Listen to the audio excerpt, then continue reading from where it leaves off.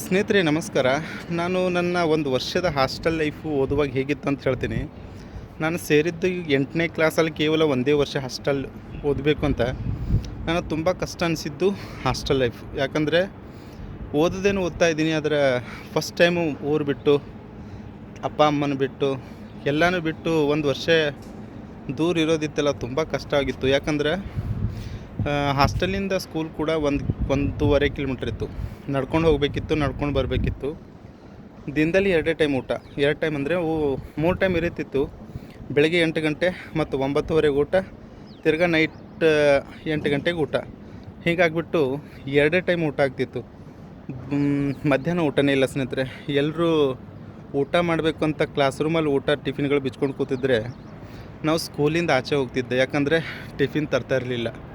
ಯಾಕಂದರೆ ತಿಂಡಿ ತಿಂದ ಮೇಲೆ ಆವಾಗಲೇ ಊಟ ಮಾಡ್ತಾಯಿದ್ರು 1 ಗಂಟೆ ಬಿಟ್ಬಿಟ್ಟು. ರೊಟ್ಟಿನ ನಾನು ಟಿಫಿನಲ್ಲಿ ಹಾಕ್ಕೊಂಡು ಹೋಗ್ತಾ ಇರಲಿಲ್ಲ.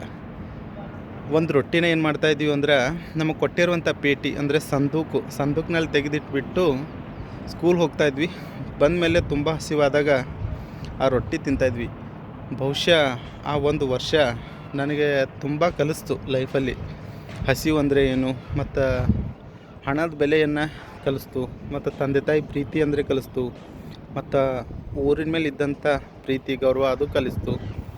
ನಾನು ಕೂಡಲೇ ಅದು 1 ವರ್ಷ ಮುಗಿದ ಮೇಲೆ ಮತ್ತೆ ತಿರ್ಗಾ ನಾನು ಯಾವುದು ಓದ್ತಿದ್ದೆ ಗೌರ್ಮೆಂಟ್ ಸ್ಕೂಲು, ತಿರ್ಗಾ ಅಲ್ಲಿಗೆ ಹೋಗಿಬಿಟ್ಟೆ. ಯಾಕಂದರೆ ಎಲ್ಲನೂ ಒಂದು ಕಡೆ ಬಿಟ್ಟಿರೋ ತುಂಬ ಕಷ್ಟ ಅನಿಸ್ತಿತ್ತು. ಯಾಕಂದರೆ ಅವಾಗ ನಮ್ಮ ಅಪ್ಪ ಕೂಡ ಹಾಸ್ಟೆಲಲ್ಲಿ ನಾನು ನೋಡೋಕೆ ಬರ್ತಾಯಿದ್ರು. ಬಂದು 1-2 ಗಂಟೆ ಮಾತಾಡಿ ಕೂತ್ಕೊಂಡು ಹೋಗ್ಬೇಕಾದ್ರೆ ಮತ್ತು ಕಣ್ಣಲ್ಲಿ ನೀರು ಹಾಕ್ತಾಯಿದ್ರು.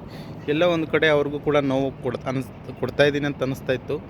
ಅದಕ್ಕೋಸ್ಕರ ನಮ್ಮ ಸ್ಕೂಲ್ ಜೊತೆ ಹೊಲದಲ್ಲಿ ನಮ್ಮ ಅಪ್ಪ ಅಮ್ಮನಿಗೆ ಸಹಾಯ ಮಾಡಿಕೊಂಡೆ ನಾನು ಓದಿದ್ದು. ತುಂಬ ಕಷ್ಟ ಲೈಫಲ್ಲಿ. ಯಾರಾದರೂ ಆವಾಗವಾಗ ನಿಮ್ಮ ಮಕ್ಕಳನ್ನ ಹಾಸ್ಟೆಲ್ನಲ್ಲಿ ಇಟ್ಟುಬಿಟ್ಟು ನೀವು ಇದ್ದೀರಿ ಅಂದರೆ ಈ ಫೀಲ್ ಆಗುತ್ತೆ ಎಷ್ಟು ಕಷ್ಟ ಇದೆ ಅಂತ. ಆವಾಗವಾಗ ನೋಡೋಕೆ ಹೋಗ್ತಿರಲ್ಲ, ಅವರನ್ನು ನೋಡಿ ಭೇಟಿ ಮಾಡೋ ನೀವು ವಾಪಸ್ ಬರಬೇಕಾದ್ರೆ ನಿಮ್ಮ ಮನಸ್ಸಿನ ಮೇಲೆ ಏನು ಪ್ರಭಾವ ಬೀರುತ್ತೆ ನೋಡಿ, ಅದು ತುಂಬ ನೋವು ಕೊಡುತ್ತೆ ಅಲ್ವಾ ಸ್ನೇಹಿತರೆ. ಯಾರಿಗಾದ್ರೂ ಈ ಅನುಭವ ಆಗಿದ್ದರೆ ಒಂದು ಕಮೆಂಟ್ ಮಾಡಿ.